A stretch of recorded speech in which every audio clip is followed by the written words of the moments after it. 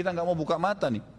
Banyak teman-teman kita sekarang, bahkan di UIN, yang banyak orang-orang liberal sekarang banyak menulis disertasi. Ada beberapa disertasi judulnya, bahayanya Syiah terhadap NKRI. هدف بتكبر منين الخبز عم يجي؟ مساعدات اللي فاتت للناس. وانتم ما استلمتوا شيء؟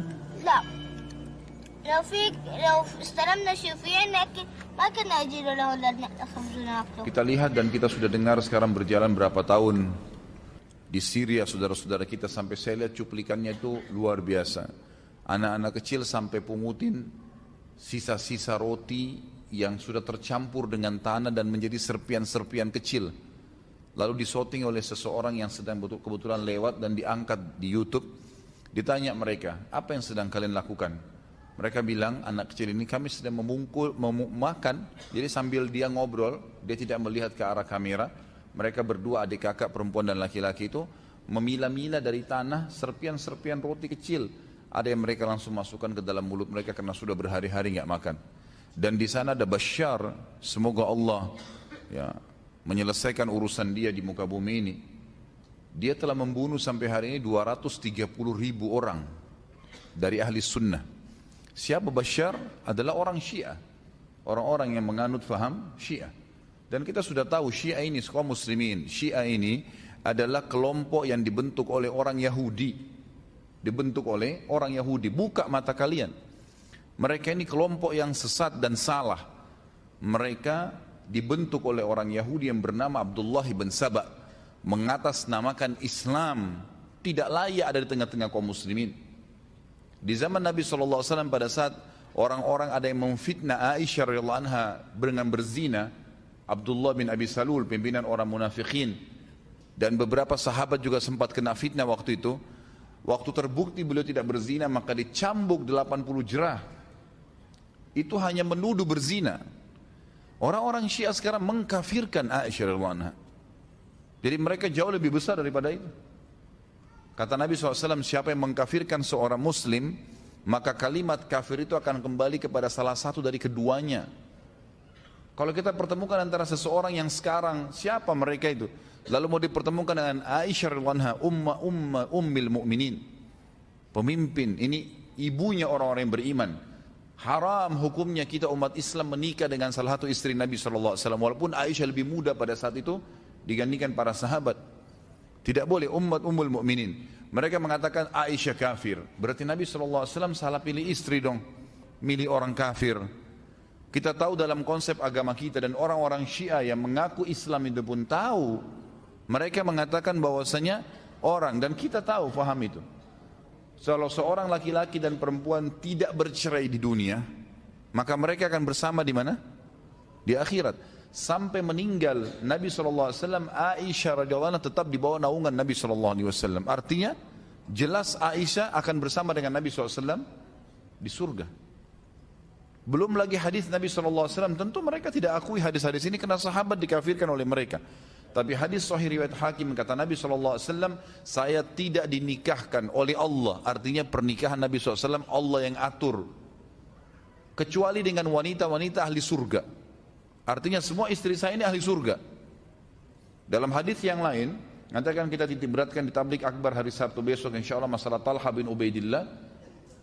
Beliau dapat pujian dari Nabi SAW karena Nabi SAW berkata kepada para istri dalam hadis Bukhari, sungguh orang yang terbaik dari umat ini adalah orang-orang yang menaungi dan memperhatikan kalian. Ditunjuk istri-istri beliau setelah saya meninggal nanti. Artinya kita disuruh menghormati, ya, menafkahi. Dan Talha bin Ubaidillah orang yang paling gerilya dalam membiayai ummahatil mu'minin setelah meninggalnya Nabi SAW. Kita disuruh biayain. Mereka mengkafirkan Abu Bakar dan Umar. Siapa Abu Bakar dan Umar? Orang yang pertama masuk Islam, muhajir, yang Allah puji mereka. Disebutkan dalam Al-Quran, Allah sudah ridha dengan mereka.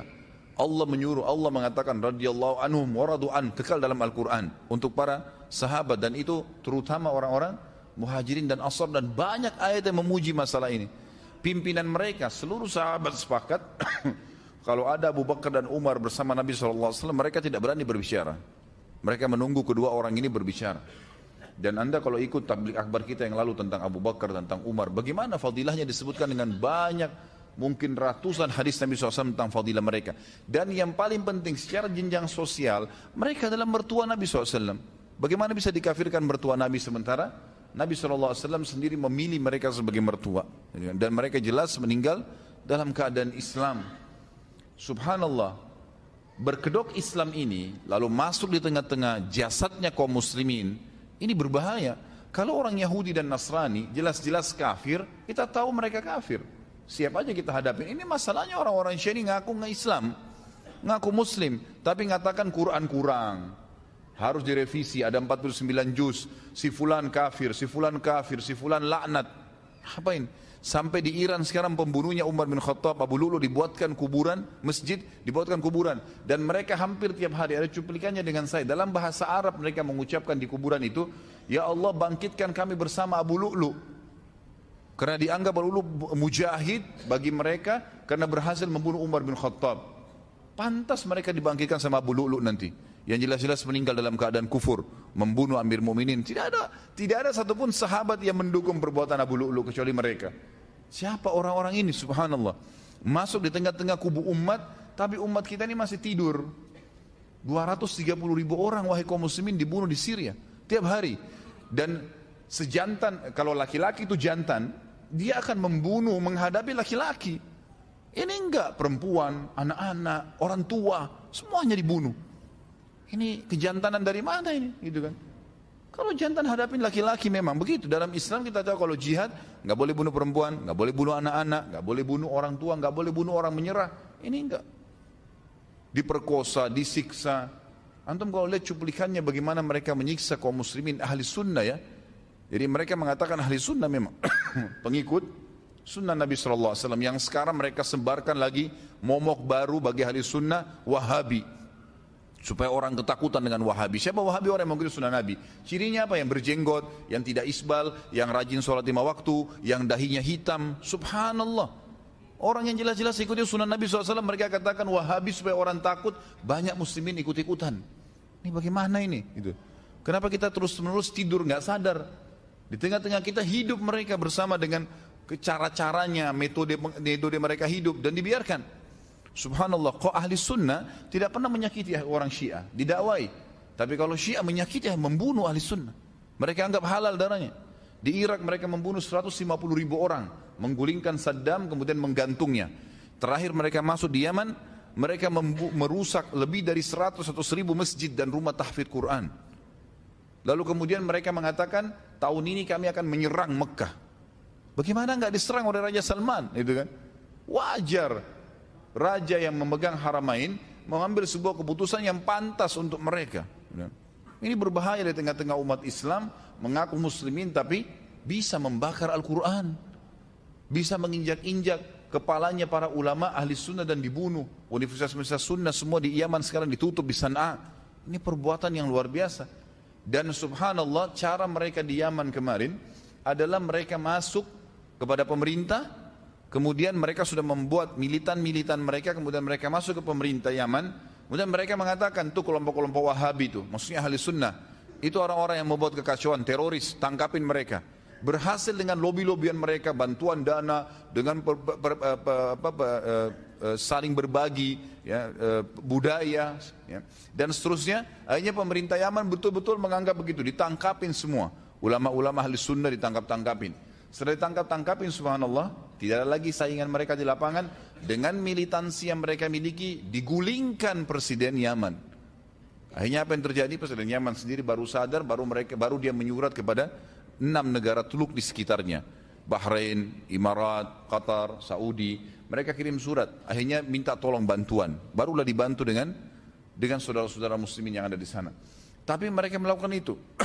Subhanallah. Pola yang mereka gunakan sekarang di Indonesia sama, saudaraku. Sama pendekatan kepada pemerintahan hari-hari sekarang ini sama retorikanya di Yaman. Kita nggak mau buka mata nih. Banyak teman-teman kita sekarang bahkan di UIN yang banyak orang-orang liberal sekarang banyak menulis disertasi. Ada beberapa disertasi judulnya bahayanya Syiah terhadap NKRI. MUI mengeluarkan fatwa tentang waspada terhadap kesesatan Syiah. Sudah disebarin, semua ormas Islam yang bergabung di MUI sudah mengeluarkan fatwa itu. Dai-dai kita sudah membahas di sana sini, mengingatkan hati-hati berbahaya, gitu kan? Ini harus dibuka mata, nggak boleh tinggal diam nih melihat keadaan begini. Minimal sisipkan doa agar Allah SWT sempitkan langkah mereka atau menghilangkan mereka sekaligus dari Indonesia. Ini tidak boleh dibiarin, tidak boleh dibiarin sama sekali. Ini berbahaya sekali di tengah-tengah umat Islam. Mereka seperti racun yang masuk, seperti jarum-jarum yang banyak masuk dalam jantung umat ini. Ini tidak boleh dibiarkan. Kapan mereka berkuasa, saudaraku, pasti mereka akan membantai kaum muslimin. Karena bagi mereka ahli sunnah halal darahnya. Tidak pernah ahli sunnah mengatakan darahnya Syiah halal, tidak pernah. Kalau mereka tidak buat kerusakan, tidak pernah dipermasalahkan. Selama ini bertahun-tahun mereka masuk haji, mengatasnamakan Islam, diizinkan oleh kerajaan Saudi. Kecuali kalau mereka buat makar, baru kemudian ditangkapin. Kalau enggak dibiarkan, gitu kan? Karena masih membawa simbol Islam.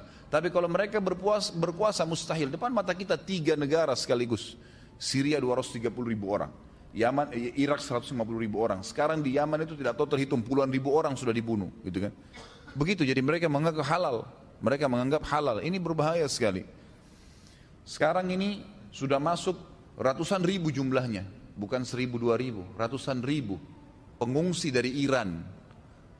Alasannya mengungsi. Kenapa? Katanya negaranya makmur. Ngapain mengungsi di Indonesia? Dan beberapa teman-teman kita coba mengikuti, ternyata itu adalah militansi, ya. Mereka memiliki keterampilan militer yang masuk. Untuk apa masuk ratusan ribu di Indonesia? Ini nggak boleh dibiarin ini, gitu kan? Nggak boleh dibiarin, ini berbahaya sekali. Hanya nanti terjadi hal-hal yang tidak diinginkan dan itu berbahaya. Bagi ahli sunnah sih kalau terjadi hal-hal tertentu kemudian terjadi peperangan itu umat Islam tidak ada masalah, jihad, kan gitu. Bisa saja kita melawan, tapi kita tidak mau ketentraman umat ini terganggu. Masjid akan mereka bakar. Nggak pernah dalam sejarah ahli sunnah membakar masjid Syiah, nggak pernah. Gereja saja kalau kita ekspansi jihad, nggak pernah dibakar, diganti.